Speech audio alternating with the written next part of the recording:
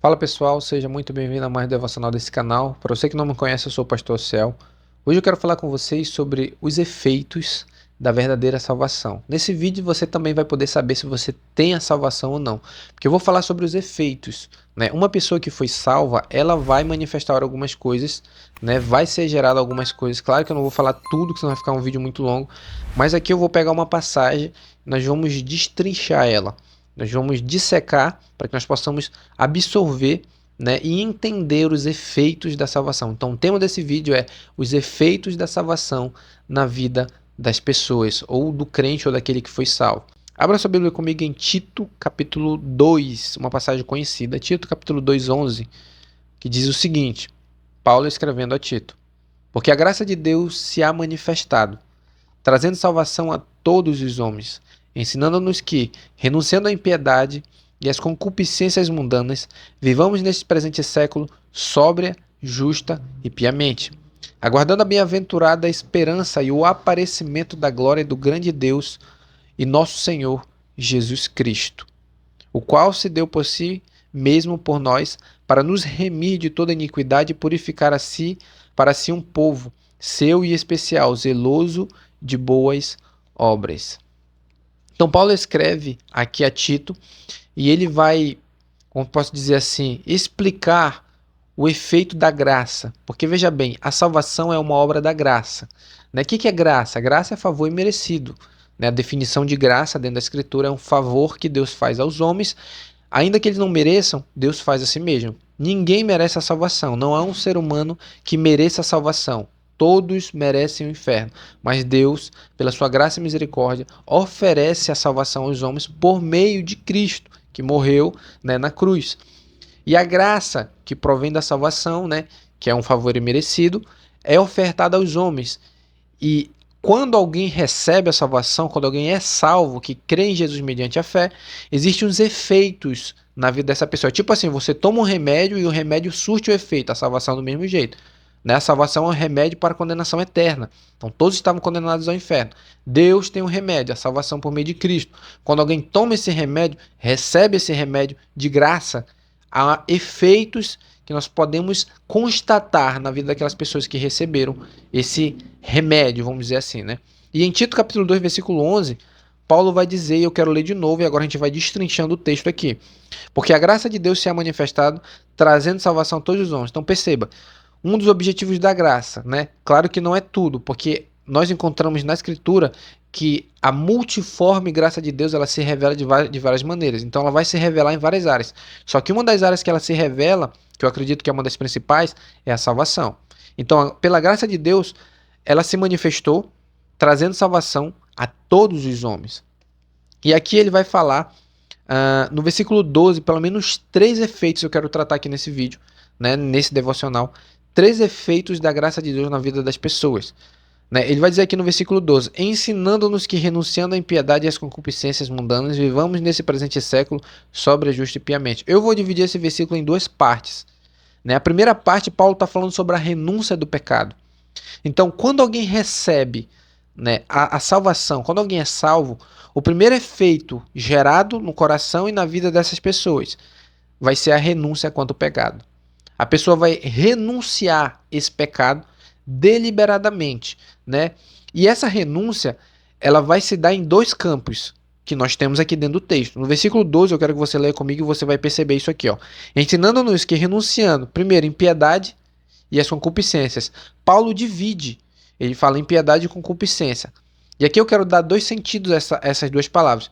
Impiedade tem a ver com a parte externa, com as práticas, com as obras externas, o estilo de vida, as obras externamente que a pessoa faz. E concupiscência nós vamos entender lendo a carta de Tiago, que está ligada ao desejo. Então é um campo interno, né? É algo imaterial, mas que atua dentro do homem. O que é a concupiscência? É a inclinação natural que todo ser humano tem para o pecado. Todos nós temos essa concupiscência que eu, né, pelo menos particularmente estudando a Escritura, cheguei à conclusão, e eu acredito que seja certo, que essa concupiscência, nós podemos dizer que é o pecado original que nós recebemos de Adão. Todos têm isso dentro de si. Então todos têm uma inclinação natural para o pecado, que é denominado dentro da Bíblia como concupiscência, que é o desejo, né? que é o desejo desenfreado para o pecado. Então Paulo está citando duas coisas aqui, que quando a salvação se revela, ela ensina e ela capacita os homens a renunciar, primeiro, impiedade e as concupiscências. Então, se uma pessoa tem a salvação em Cristo, ela vai começar a renunciar o seu pecado exterior e o seu pecado interior. Né? E eu acredito que uma das evidências mais fortes da salvação na vida de qualquer pessoa não é somente o sinal exterior, porque muitas pessoas conseguem mudar as suas atitudes externas, mas é muito difícil e é impossível uma pessoa mudar as suas atitudes internas quanto ao pecado. Então, uma pessoa que recebeu a salvação, ela vai renunciar às suas atitudes externas ímpias. Por exemplo, uma pessoa que era viciada em droga, em pornografia, em imoralidade, na ira, então ela tinha umas atitudes externas. Quando ela é salva, essas atitudes elas são mudadas. Só que elas são mudadas por causa de uma mudança que acontece primeiramente interior, que é a concupiscência. Eu não estou dizendo que a concupiscência ela é erradicada, mas você recebe uma nova natureza, você começa a refrear e a sua vontade, os teus sentimentos quanto ao pecado são mudados. Há uma alteração aí. Então a tua vontade, que antigamente você tinha alegria por imoralidade, você tinha alegria quando bebia, você tinha alegria quando fumava, você tinha alegria quando usava droga. Então o sentimento, grave isso aqui, o sentimento quanto ao pecado muda. Você já não sente vontade, no sentido de prazer, quando você bebe ou quando você fuma, porque uma pessoa que vem para o evangelho é um processo de libertação que vai acontecer com ela, mas a vontade é mudada, instantaneamente é mudada essa vontade dentro do coração, é alterada, então ela não tem mais alegria, né, quanto à bebida, quanto à droga, quanto à imoralidade, quanto ao adultério, quanto à fornicação. Então esses pecados que lá no mundo davam alegria, hoje não dão mais, a vontade mudou, né? O sentimento para quanto ao pecado é alterado. Então veja bem, no versículo 12, e nós vamos correr aqui que senão vai ficar muito longo. Ensinando-nos que, renunciando à impiedade e à concupiscência mundanas, vivamos neste presente século de maneira sóbria, justa e piedosa, ou piamente. Então, primeiramente, o primeiro efeito da salvação, renúncia quanto ao pecado, tanto externo quanto interno. Então, a pessoa vai começar a renunciar ao pecado. Ela vai travar uma batalha contra o pecado diariamente, para que ela não venha cair, para que ela não venha pecar. O segundo efeito na vida do crente, daquele que foi salvo, do Evangelho de Jesus Cristo, é que ela vai passar a andar em santidade. Perceba aqui na segunda parte do versículo 12. Eu vou ler de novo e agora a gente vai pegar a segunda parte para a gente aplicar. Ensinando-nos que, renunciando à impiedade e às concupiscências mundanas, vivamos neste presente século, sóbria, justa e piamente. Aqui ele está falando sobre santidade. Paulo está falando sobre santidade. E ele vai dividir em três aplicações dentro dessa santidade que ele está apresentando. Primeiro, ele vai viver de maneira sóbria. Em que sentido? E o que significa isso aqui que Paulo está dizendo? Essa pessoa, ela vai ser sóbria no sentido de que ela vai estar lúcida quanto à distinção dos pecados. Uma pessoa ímpia, ela não consegue distinguir entre certo e errado. Uma pessoa que vem para o evangelho, que está andando em santidade, ela aprende, porque ela é capacitada pelo Espírito, a dividir entre o certo e o errado. Então ela consegue, agora que ela foi salva, ela consegue fazer distinção entre o que é certo e entre o que é errado. Né, entre mentira e entre verdade. Então, quando ela estiver vivendo na vida dela, ela vai saber, isso aqui é errado, não, isso aqui é certo, isso aqui eu não posso fazer, isso aqui eu posso fazer, porque tem algo dentro dela, que é o Espírito Santo, que vai ensinar ela, então ela vai andar de maneira sóbria neste mundo. Né? Ela vai estar lúcida quanto aos seus pecados. Quando ela errar, ela vai saber. Quando ela acertar, ela vai saber também. Por quê? Porque ela está andando de maneira sóbria. A segunda coisa aqui que Paulo vai falar dentro da santidade, de maneira justa. O que isso significa? Significa que a pessoa que tem a salvação, que está andando em santidade, as obras dessa pessoa vão ser obras de justiça. Né? A característica que vai marcar a vida dela não é que ela não vai errar, mas que ela vai ser marcada por uma vida de santidade. Né? As suas obras vão ser diferentes da que ela tinha lá no mundo. Né? Ela não vai ser mais mentirosa, ela não vai ser mais orgulhosa, ela não vai ser mais soberba, ela não vai ser imoral, ela não vai ser iracunda. Então, as obras dela vão caracterizar obras de justiça. E terceiro, dentro desse segundo aqui de santidade, ela vai andar de maneira piedosa. O que significa isso aqui? Tem a ver muito com as afeições, dessa pessoa? Ela vai exercer amor para com o seu próximo, ela vai exercer amor no seu dia a dia, ela vai exercer misericórdia para com aqueles que errarem com ela vai exercer mansidão, ela vai ter domínio próprio. Isso aqui tem muito a ver com os frutos do Espírito de Gálatas capítulo 5, versículo 22. Se você tem uma dúvida, você vai lá e você vai encontrar isso lá. Então, viver em santidade, Paulo ele vai dividir em três partes. Primeiro, sóbria, justa e piamente, que tem a ver com essas três coisas que eu acabei de explicar para você.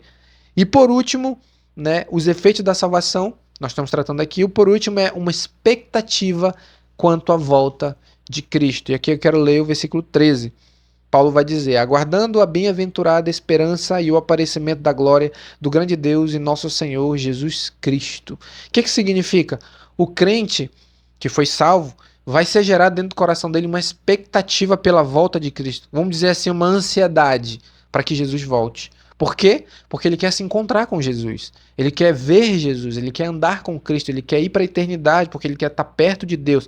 Então o coração dele anseia por Deus, anseia pela volta de Jesus. Então ele vai ficar aguardando na expectativa de que Jesus pode voltar a qualquer momento, de que Jesus pode vir para arrebatar a sua igreja, de que ele quer estar com Cristo. Então, esses são pelo menos três efeitos que a salvação gera na vida de qualquer pessoa. E nós vamos lá relembrar. Primeiro, renúncia quanto ao pecado. Segundo, santidade. E terceiro, expectativa pela volta de Jesus Cristo. Então, se esses efeitos estão sendo gerados na sua vida, tenha a certeza e a convicção de que você é salvo, de que você nasceu de novo, que você está com Cristo, né? E que se você vier a morrer, você estará na eternidade com Ele. Ou se Ele voltar, você estará também com Ele na eternidade. Amém? Feche seus olhos aí, eu quero orar com você nessa manhã. Soberano Deus, graças te damos por mais um dia, mais um devocional, mais um aprendizado, Senhor, da Tua Palavra. Pai Santo, nós te pedimos que esses efeitos venham a cada dia mais serem mais notórios em nossa vida. Nós venhamos andar mais em santidade, com santidade mais profunda, que possamos, Senhor, ter mais expectativa quanto à Tua vinda, quanto à Tua volta, Senhor, que nós venhamos renunciar os nossos pecados todos os dias, por amor ao Evangelho, por amor a Ti. Não deixe que nós venhamos cair, mas se nós cairmos, nos levanta, Senhor. Não deixe que nós venhamos voltar atrás ou abandonar a Tua palavra ou o Teu Evangelho. É o que te pedimos nessa manhã, em nome de Jesus. Se você ainda não é inscrito nesse canal, peço para você se inscreve nesse canal, deixe o seu like, deixe o seu comentário aí, compartilha com alguém esse vídeo, você vai estar ajudando. Que Deus te abençoe nesse dia, em nome de Jesus.